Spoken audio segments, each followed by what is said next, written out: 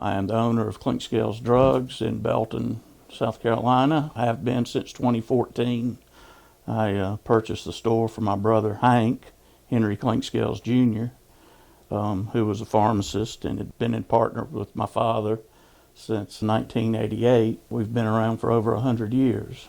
It started out as Horton's Pharmacy back in 1905, and that was my grandfather's uncle, Millard Horton. And in 1920, Millard started the store with F.H. Hopper as a partner. And when my grandfather served in World War I and went to pharmacy school at the University of Maryland, and I'm not really sure how he ended up at Maryland, but I do know my uncle and my dad went on a trip to Washington by themselves one time and stopped by the University of Maryland to see Papa's transcripts, and because they wanted to see what kind of student he was, because he was tough on them, and they found out he made all A's up there, so it ruined that plan.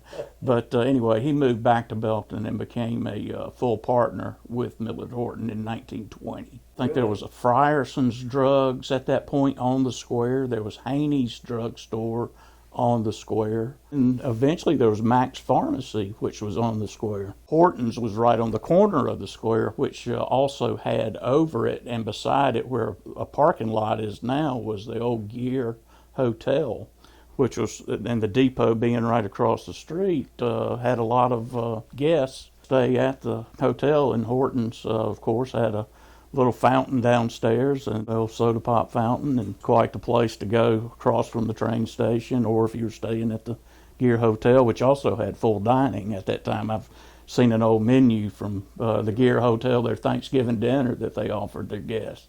I think in 1940 or 41, Millard Horton died, and they decided, and so the Papa was the full owner of the store, and they just always, over the years, decided to keep the name Horton's Pharmacy, even though it was run by the Clinkscales. Then in 1956 or 57, this location was a new deal back then, a strip shopping center. My uncle and my grandfather would switch back and forth between the two stores, and then when my dad got out of the Air Force, he pretty much ran this store, and my uncle and my grandfather ran the store up at Horton's. And then in 1965, my grandfather passed away, so it was just my dad and my uncle that ran it. And Uncle Charles pretty much handled Horton's, and Dad handled out here at Clinkscales. In 1973, there was a huge fire out here. There was beside the drugstore was a laundromat, and the laundromat caught fire. This was in October of '73, and I never will forget it, because my brother and I were at home with my mom, and we were watching the World Series in 1973. We got the phone call that the store was on fire, and of course in our family, this drugstore was our whole life. It was what we talked about, of course, at my grandmother's house and at my uncle's and at our house. Every meal was full discussion on business, and which was also a great experience growing up. But we came out here, and I never will forget about the time we got to the cemetery. You could just see the billowing black smoke, and it burned down the entire shopping center here. And I never forget the National Guard put up floodlights that night and boarded up the doors and the windows. And then me and my dad and my brother out here the next morning. I was 10 years old at the time. I can still smell that smell. Started shoveling out that day, and a good friend of ours, Red Lawson, I never will forget, showed up down here that morning with a shovel as well, and I never will forget Red for that. But the community was so good to us and rallied behind us. Luckily, we saved a lot of the prescription files, and we transferred it all up to Horton's. And Dad, my uncle, and David King, who was a longtime employee, who could also back then fill prescriptions and all, everybody worked out of Horton's, and the town was so great to our family back then, kind of rallying behind us. All the old customers stayed, and it turns out it was a real turning point in the company's history, that when this was rebuilt back. The size of Clinkscales doubled. Dad and Uncle Charles decided to kick out the wall and take over the space of the laundromat. That's the size store that we have today. Pretty soon, business really started picking up out here, and we've been fortunate, but it's just, always amazing when a tragedy turns out to be something good in the end. My uncle passed away in 1986, Uncle Charles did, and he was a wonderful guy, terrific character, had a great, great sense of humor.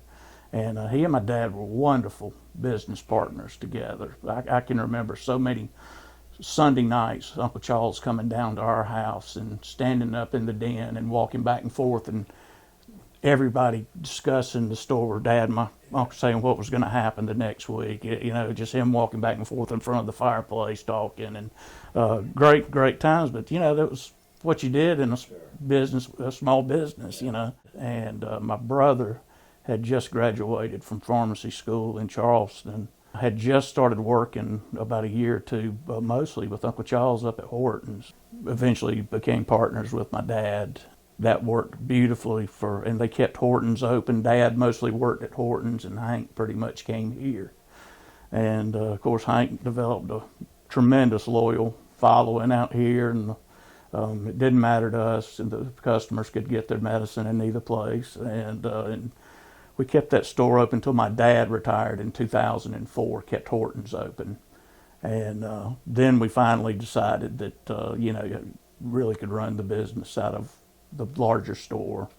And so we closed Horton's down, and we've been in business here since. My brother finally retired in 2013, and I'm more of a financial guy, and I was just trying to help him put together the package, possibly to sell the store or assess his what he could do with it. And as I was putting it together, Rice Mills had closed by then. I said, hey, if it's not going to bother you or mess you up, I think I'd like to buy it. And of course that was great for him, because he didn't want any thoughts of closing the store for the town.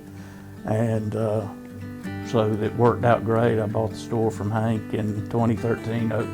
Started, 2014 was my first year, and it's just been a joy, because it puts you so much more out with the people of the town down here, and so many of the people that I work with at Rice Mills and Blair Mills, I get to see now on a regular basis. And I have so many people that tell me stories about my dad and my grandfather that I just cherish here, and it's a unique position to be in here, because we can still help the town, to help the rec department, the schools. I may be trading with the granddaughter whose grandmother traded with my grandfather and knew my dad as a little girl, and so forth. And I see a lot of kids come in today that I waited on their parents when I was working out here as a teenager. We've been so blessed by so many great customers over the years that have hung with us, and we're so grateful.